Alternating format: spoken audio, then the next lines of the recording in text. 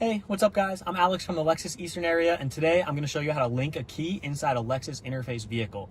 Now, we're sitting inside a 2023 Lexus RX, and like I said, we're going to link a key today. And so essentially what we're doing is we are taking a physical key and we are linking that key to a user profile.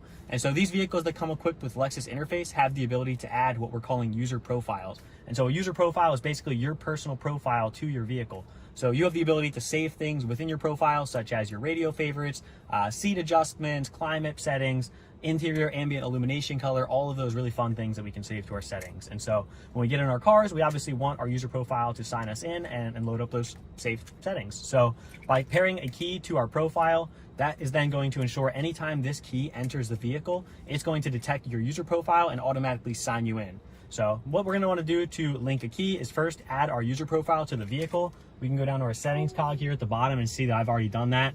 So we have my user profile there at the top. On the left-hand side here, I'm going to select personal info. And then on the right, I'm going to swipe down a little bit until I get to link key. And then to link this key, it's as simple as just checking that box off. And then from there, my key is now linked to my profile.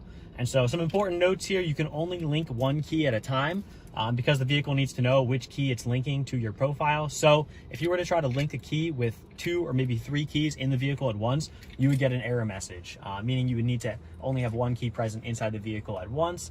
We can also pair 2 to 3 keys to one user profile, or each profile within the vehicle can get their own key. It's totally up to the user, but definitely going to want to make sure you link your key so that your vehicle will always sign you into your profile.